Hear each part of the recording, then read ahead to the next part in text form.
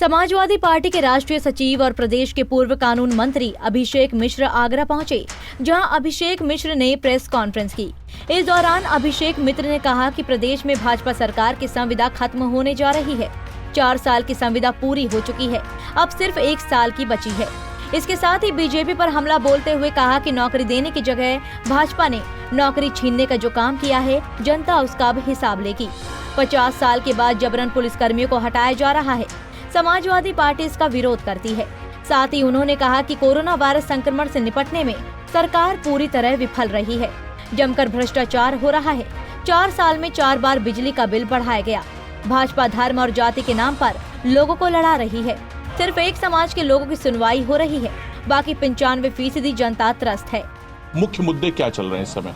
तो आज की तारीख में मुख्य मुद्दे जो हैं, अगर ब्रीफ में कहूं तो करप्शन बहुत बड़ा मुद्दा है। कोरोना की मिसमैनेजमेंट, मिस हैंडलिंग, जिस तरीके से सरकार ने, अगर सरकार ठीक से काम करती, भारत सरकार, उत्तर प्रदेश की सरकार, तो देश कोरोना से बच सकता था। लेकिन उसके खिलाफ उन्होंने ठीक से काम नहीं किया। उस समय फ्लाइट्स रोकनी चाहिए थी, इनफ्लो जो था उसको कंट्रोल करना चाहिए था, टेम्परेचर्स होने चाहिए थे, टेस्टिंग होनी चाहिए थी एयरपोर्ट्स पे, कॉन्टैक्ट ट्रेसिंग होनी चाहिए थी, आइसोलेशन होना चाहिए था, क्वारंटाइनिंग होनी चाहिए थी, वो नहीं हुआ। इसके अलावा कॉस्ट, बढ़ती कीमतें बहुत बड़ा मुद्दा है। लोग अपना घरों का किराया नहीं दे पा रहे हैं, बच्चों का फीस नहीं दे पा रहे हैं, बिजली का बिल नहीं दे पा रहे हैं। उसके बाद उत्तर प्रदेश में 4 साल में 4 बार बिजली का बिल बढ़ा दिया गया।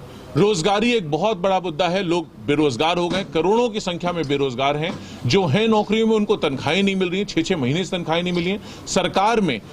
सरकार ऑलरेडी लोगों को तनख्वाह नहीं दे पा रही है, और जो लोग नौकरियों पे हैं 50 साल के बाद अलग अलग नाम पे उनको निकालने की साजिश रची जा रही है। हम लोग उसका विरोध करते हैं। जिस तरीके से सरकार संविदा की बात कर रही थी, वो तो समाजवादी पार्टी ने विरोध किया, तो इस वजह से सरकार को बैकफुट पे आना पड़ा। वरना 5 साल की संविदा जो नौजवानों की थी, हम उसका विरोध करते हैं। इसके अलावा बहुत बड़ा मुद्दा आज उत्तर प्रदेश में चल रहा है कि किस तरीके से करप्शन फैला हुआ है। बहुत हर तरफ अत्याचार हो रहा है। कोई सुनवाई नहीं, जनता के कोई नाम नहीं लेना चाह रहा, कोई आदमी मदद करने को तैयार नहीं। भारतीय जनता पार्टी के सारे विधायक, सांसद, मंत्री पता नहीं कहां खो गए हैं। उनको जनता खोज रही है। मुझे लगता है उनको जहां भी खोजने की कोशिश कर रहे हैं, कहीं उनको कोई जवाब नहीं मिल रहा, कोई सपोर्ट नहीं मिल रहा, कोई रिस्पाइट नहीं मिल रहा। वहीं हाथरस कांड पर सपा नेता ने कहा कि जिस बिटिया के साथ घटना हुई, उसकी FIR 7 दिन बाद लिखी गई।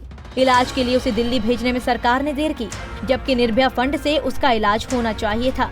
इस कांड में भाजपा नेताओं को सरकार बचाने का काम कर रही है। लोकतंत्र के चौथे स्तंभ मीडिया के खिलाफ सरकार साजिश रच रही है। विदेशी फंडिंग के सवाल पर उन्होंने कहा कि अगर विदेशी फंडिंग से दंगे कराने की साजिश थी, तो इसके लिए गृह मंत्रालय और वित्त मंत्रालय जिम्मेदार है। पूछना चाह रहा है, जब SIT गठन की गई तो हमारे पत्रकार साथियों से मीडिया से कौन सा खतरा था जो इनको गांव में घुसने नहीं दिया गया? आपसे कौन सा खतरा था पत्रकारों से? आप बताइए। कैमरामैन और एक पत्रकार अगर चला जाता तो न 144 का उल्लंघन था, न लॉ एंड ऑर्डर का उल्लंघन था, न पीस का उल्लंघन था। लेकिन मीडिया जो चौथा स्तंभ है डेमोक्रेसी का, उसके भी खिलाफ साजिश सरकार रच रही है, लगातार काम कर रही है। इसके अलावा अभिषेक मिश्र ने कहा कि भाजपा सरकार सत्ता के अहंकार में चूर है। 2020 में जनता साइकिल की तरफ देख रही है, क्योंकि यूपी में ना अब लॉ बचा है, ना ही ऑर्डर। अब अपराध का नाम विकास रख दे योगी सरकार। पंजाब केसरी टीवी के लिए आगरा से ब्रिज भूषण की रिपोर्ट।